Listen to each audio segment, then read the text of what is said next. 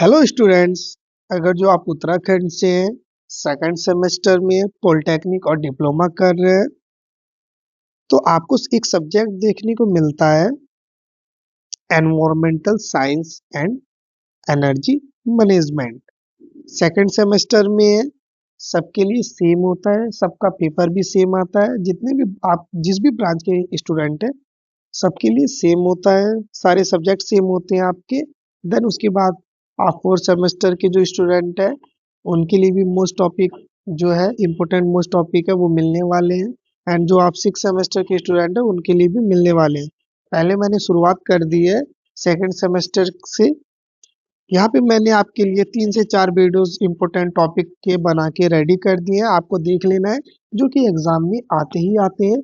अगर जो आप उन्हें देख लेंगे वहाँ पे आपको डेफिनेशन भी मिलेगा, हिंदी इंग्लिश दोनों में। एंड आपको प्रॉपर मैंने एक नोट्स भी बना के दिया है ताकि आपको लिखने में और पढ़ने में कोई भी दिक्कत ना हो। आज का जो टॉपिक है वो है डिफरेंट सेगमेंट्स ऑफ एनवायरनमेंट। बहुत ज्यादा इम्पोर्टेंट टॉपिक है और एग्जाम में भी आता है। देखेंगे डिफरेंट सेगमेंट ऑफ एनवायरनमेंट क्या है। Environment is divided into 4 main parts. कहने का मतलब है जो हमारा एनवायरनमेंट है वो 4 पार्ट्स में डिवाइडेड है, मतलब 4 सेगमेंट में डिवाइडेड है। यहाँ पे देख भी पा रहे होंगे, लिखा भी है, this segments are part of our surrounding. ये जो भी पार्ट्स है वो हमारे सराउंडिंग के हिस्से हैं। यहाँ पे डेफिनेशन भी आप देखेंगे, पर्यावरण के मुख्य रूप से 4 खंड, सेगमेंट, जो खंड है उसे सेगमेंट बोलते हैं, जो मिलकर पृथ्वी पर जीवन को संभव बनाते हैं। ये जो चारों सेगमेंट है, जो चारों खंड है, ये मिलकर जीवन पे, जो हमारा पृथ्वी है उस पे जीवन को संभव बनाते हैं। यहाँ पे जो पहला सेगमेंट है वो आप देखेंगे, यहाँ पे जो पहला सेगमेंट है वो है एटमॉस्फेयर, मतलब air. What is atmosphere? Atmosphere is the layer of air around the earth. ये एटमॉस्फेयर जो है वो अराउंड के एक लेयर में है जो कि एयर है। यहाँ पे देखेंगे आप, व्हाट डज इट कंटेन, क्या कंटेन करता है ये। यहाँ पे हिंदी में डेफिनेशन दी गई है, आप इसे देख भी लेंगे। जैसे कि यहाँ पे लिखा हुआ भी है, एटमॉस्फेयर ये पृथ्वी के चारों ओर गैसों की एक सुरक्षा सुरक्षात्मक परत है। इसमें मुख्य रूप से नाइट्रोजन और ऑक्सीजन पाई जाती है। यह हमें सूर्य की हानिकारक किरणों यूवी रे से बचाता है और पृथ्वी के तापमान को नियंत्रित करता है। यहाँ पे ये क्या कंटेन करता है देख सकते हैं, oxygen, nitrogen, carbon dioxide and other gases. अगर जो आप इन एटमॉस्फेयर की इंपोर्टेंस देखेंगे तो यहाँ पे help us to help us breathe, सांस लेने में हमारी मदद करता है। Protects earth from harmful rays, control weather and climate. अगर जो एग्जांपल यहाँ पे आप देखेंगे, we breathe oxygen from air, clouds and rain come from atmosphere. अब दूसरा सेगमेंट देखेंगे आप, पहला खत्म हो गया, दूसरा सेगमेंट देखेंगे। इमेज देख के आपको मालूम ही चल रहा होगा, जो दूसरा सेगमेंट है वो है hydrosphere, means water. What is hydrosphere? Hydrosphere includes all water on earth. जो भी हमारे अर्थ पे हमारे जितना पानी है सबको इंक्लूड करके यहाँ पे रखता है ये। यहाँ पे डेफिनेशन भी हिंदी में दी गई हुई है, आप देख सकते हैं। पृथ्वी पर मौजूद पानी के सभी स्रोतों को जन जलमंडल कहा जाता है। इसमें समुद्र, नदियां, झीलें, ग्लेशियर और भूमिगत जल शामिल है। पृथ्वी का लगभग 71% हिस्सा जलमंडल से ढका हुआ है। ये डेफिनेशन आपने यहाँ पे देखा ही होगा, हिंदी में भी लिखा हुआ है। अब यहाँ पे आप देखेंगे क्या कंटेन करके रखता है ये। यहाँ पे includes river, lakes, seas, oceans and ground water,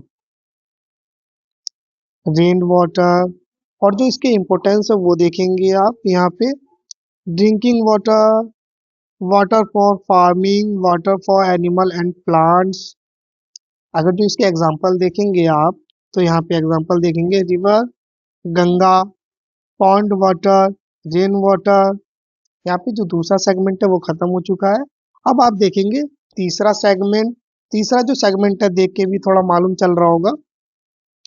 यहाँ पे जो तीसरा सेगमेंट है वो है आपका लिथोस्फीयर मींस लैंड।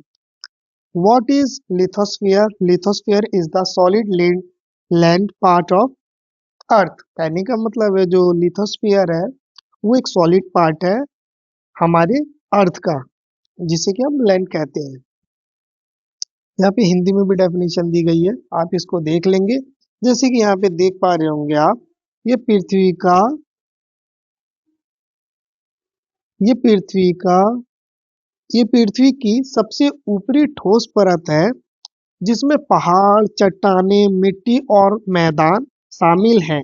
इसी भाग पर हम रहते हैं और कृषि व अन्य गतिविधियां करते हैं। अब यहाँ पे आप इसका इंक्लूड्स देखेंगे। Soil, rocks, mountains, land, surface. जो इसकी इम्पोर्टेंस है वो देखेंगे आप। अब आप इसका इम्पोर्टेंस देखेंगे। Growing crops, building houses, minerals and resources.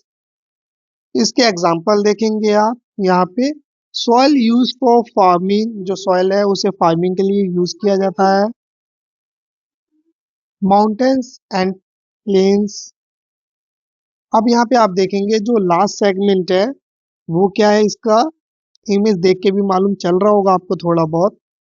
यहाँ पे जो लास्ट सेगमेंट है वो है बायोस्फीयर, लिविंग वर्ल्ड।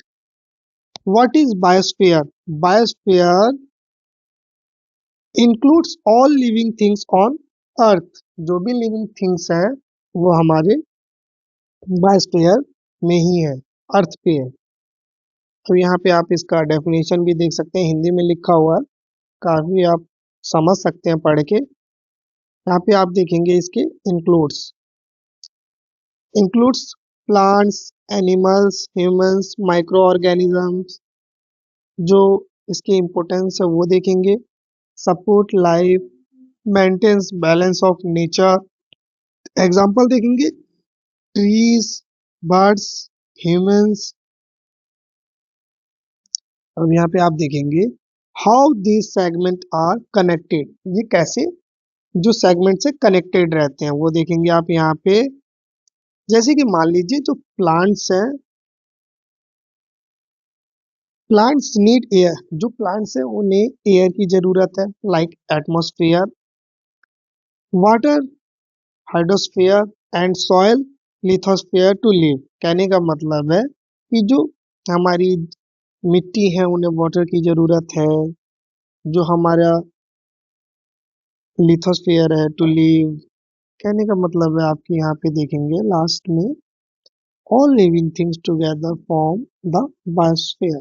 जो भी हमारी लिविंग थिंग्स है वो हमारे बायोस्फीयर के पार्ट है। यहाँ पे काफी इजी डेफिनेशन आपको मिलेंगी हर चीज की, एग्जांपल भी है, इम्पोर्टेंस है, आपको देख लेना है। यहाँ पे मैंने आपको चार चीजें बताई थी, एक बार मैं और बता देता हूँ आपको चार चीज मैंने क्या क्या बताई थी। यहाँ पे मैंने आपको चार सेगमेंट बताया था, यहाँ पे देख लेंगे आप। पहले जो था वो था एटमॉस्फेयर, एयर था।